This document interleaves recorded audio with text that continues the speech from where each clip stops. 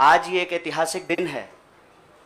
आज शहीद आजम भगत सिंह की जयंती है। लोग शहीद होते हैं, भगत सिंह शहीद आजम हैं। शहीद आजम इसलिए हैं कि आज हम लोग जहां माल्यार्पण करने के लिए गए थे, शहीद पार्क, वो शहीद पार्क एक ऐतिहासिक पार्क है।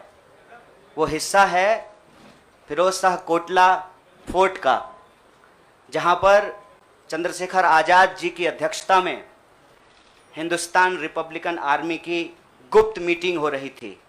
अंग्रेज़ों के ज़माने में क्रांतिकारी छुपकर मीटिंग किया करते थे।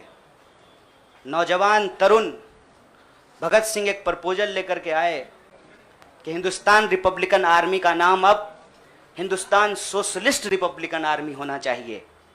यह ऐतिहासिक क्षण, वो ऐतिहासिक भूमि और हमारे युवाओं के आइकन शहीद आजम भगत सिंह को हम अपना नमन प्रस्तुत करते हैं। आज एक दुखद घटना भी हमारे ज़िले में हुई है। वज्रपात के चलते 2 बच्चियों का निधन हो गया है। मैं इस मंच से उनके प्रति शोक व्यक्त करता हूं और उनके परिवार के प्रति अपनी संवेदना व्यक्त करता हूं। दोस्तों, मुझे लगता है कि बहुत कुछ कहने की ज़रूरत नहीं है। आजकल सूचना क्रांति के इस दौर में हमसे ज़्यादा मालूम हमारे पत्रकार साथियों को होता है। तो बेहतर ये होगा कि आप सवाल पूछें, मैं आपका जवाब दूं। लेकिन आप सवाल कहाँ से पूछेंगे और आपके मन में कौन से सवाल चल रहे हैं, इसका थोड़ा सा अंदेशा है, मुझे थोड़ा अंदाज़ा भी है। सबसे पहले मैं आपको बधाई देना चाहता हूं कि आपने पत्रकारिता की उस मिसाल को जिंदा रखा है कि कम से कम विपक्ष से तो सवाल करते हैं ना, ताकि इस देश को याद रहे कि पत्रकारों का काम है सवाल पूछना। तो मैं आपके हर सवाल का जवाब दूंगा। जितना सवाल आप पूछना चाहते हैं पूछिएगा, बारी बारी से पूछिएगा, सारे सवालों का जवाब दूंगा। बस एक सवाल का जवाब जो मुझे लगता है कि आप सबके मन में होगा कि आप कांग्रेस पार्टी क्यों ज्वाइन किए हैं, उस सवाल का जवाब दे करके मैं हमारे जो अध्यक्ष हैं उनकी तरफ मुखातिब होऊंगा, माइक उनको समर्पित करूंगा। मैं कांग्रेस पार्टी इसलिए ज्वाइन कर रहा हूं कि मुझे यह महसूस होता है कि इस देश में कुछ लोग, वो सिर्फ लोग नहीं हैं, वो एक सोच है।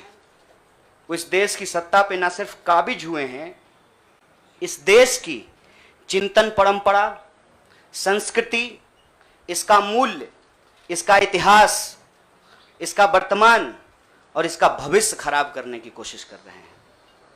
वो जो सोच है, उस सोच के बारे में आप अपने आप समझ जाएंगे, क्योंकि कहीं मैंने पढ़ा था कि आप अपने दुश्मन का चुनाव कीजिए, अपने विपक्ष का चुनाव कीजिए, दोस्त अपने आप बन जाएंगे। तो हमने ये चुनाव किया है। हम इस देश की सबसे पुरानी पार्टी, सबसे लोकतांत्रिक पार्टी, मैं जोर दे करके बोल रहा हूं लोकतांत्रिक पार्टी, ताकि आप लोग परिवारवाद पे सवाल जरूर कीजिएगा। लोकतांत्रिक पार्टी में हम इसलिए शामिल होना चाहते हैं कि हमको लगता है, और सिर्फ हमको नहीं लगता है, इस देश के लाखों करोड़ों नौजवानों को ये लगने लगा है कि अगर कांग्रेस नहीं बचा तो देश नहीं बचेगा। और ये बात मैं आपको स्पष्ट कर देता हूं, देश में प्रधानमंत्री अब भी हैं, देश में प्रधानमंत्री इससे पहले भी थे, देश में आगे भी प्रधानमंत्री होते रहेंगे। लेकिन आज जब हम लोग श्री राहुल गांधी जी के उपस्थिति में फॉर्मली कांग्रेस पार्टी का फॉर्म भर रहे थे, तो साथी जिग्नेश ने संविधान की कॉपी दी और हमने उनको भगत सिंह, गांधी और अंबेडकर की तस्वीर प्रस्तुत किया, क्योंकि हमारा यह मानना है कि आज इस देश को भगत सिंह की वीरता की जरूरत है, भगत सिंह के साहस की जरूरत है। आज इस देश को अंबेडकर की समानता की जरूरत है, और आज इस देश को गांधी की एकता की जरूरत है। गांधी जब कहते हैं रघुपति राघव राजा राम, पतित पावन सीताराम, ईश्वर अल्लाह तेरो नाम, सबको सन्मति दे भगवान, ये गांधी की एकता है। जब अम्बेडकर कहते हैं कि किसी भी समाज का मूल्यांकन वहां महिलाओं की क्या स्थिति है इस बात से होगा, तब वो समानता की वकालत कर रहे होते हैं। मैं नहीं मानता हूं कि डॉक्टर बाबा साहब भीमराव अंबेडकर किसी एक समुदाय के नेता थे। कांग्रेस पार्टी ने, संविधान सभा ने डॉक्टर बाबा साहब भीमराव अंबेडकर को संविधान बनाने की जिम्मेवारी दी और उस संविधान के प्रियम्बल में यह लिखा है, हम भारत के लोग भारत को एक प्रभुत्व संपन्न समाजवादी धर्मनिरपेक्ष लोकतांत्रिक गणराज्य बनाने के लिए, इसमें समानता न्याय के मूल्य निहित हैं। और जब भगत सिंह कहते हैं कि आप व्यक्ति को कुचल सकते हैं, विचारों को नहीं, आप बम और पिस्तौल से कभी इनकलाब नहीं ला सकते हैं, उस साहस की जरूरत है हमको। मुझे नहीं लगता है, मेरे बहुत सारे राजनीतिक दोस्तों को यह लगता है, मुझे लगता है कि यह देश 47 से पहले वाली स्थिति में चली गई है। लेकिन जिनको लड़ना है उनके पॉलिटिकल इमेजिनेशन में आज भी हर कोई अपना अपना शोरूम बचाने के चक्कर में है। रे भाई, मॉल में आग लग गया है, दुकान बचाओगे? बस्ती में जब आग लग जाती है ना, बेडरूम की चिंता नहीं करनी चाहिए। आज हम इस मुहाने पे खड़े हैं कि इस देश के भीतर भारतीय होने की जो पहचान है, जिसमें बुद्ध निहित हैं, जिसमें कबीर निहित हैं, जिसमें नानक निहित हैं, जिसमें हर बार हर दौर में सत्ता से सवाल पूछने का साहस होता है, उस भारतीय चिंतन परंपरा को बचाने की जरूरत है। इसीलिए हम कांग्रेस पार्टी में शामिल हुए हैं कि कांग्रेस पार्टी वो पार्टी है जो गांधी की विरासत को लेकर के आगे चलेगा। कांग्रेस पार्टी वो पार्टी है जो सरोजनी नायडू के विचारों को लेकर के चलेगा। कांग्रेस पार्टी वो पार्टी है जो अम्बेडकर, नेहरू, अशफाक उल्लाह खान, शहीद आजम भगत सिंह और मौलाना अबुल कलाम आज़ाद के रास्तों पे चलेगा। हम जब भी समानता और बराबरी की बात करते हैं, यह कुछ व्यक्तियों तक सीमित नहीं है, यह भारतीय होने का इतिहास है। और इस भारतीय होने के इतिहास को अपने आप में यदि कोई समेटे हुए है तो देश की सबसे पुरानी पार्टी है। और जो लोग कह रहे हैं विपक्ष कमजोर हो गया है, यह सिर्फ विपक्ष के लिए चिंता की बात नहीं है। यह मैं नहीं कह रहा हूं, कोई शास्त्र, कोई किताब उठा करके देख लीजिए।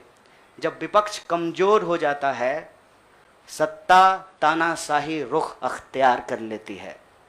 इसीलिए देश की सबसे बड़ी विपक्षी पार्टी, मैं कोई गुनागणित नहीं कर रहा हूं, लेकिन मुझे यह बात सीधे तौर पे समझ में आ रही है कि देश के लोकसभा में 545 सीट हैं, 200 लगभग सीट ऐसे हैं जहां भाजपा के सामने कांग्रेस के अलावे कोई विकल्प नहीं है।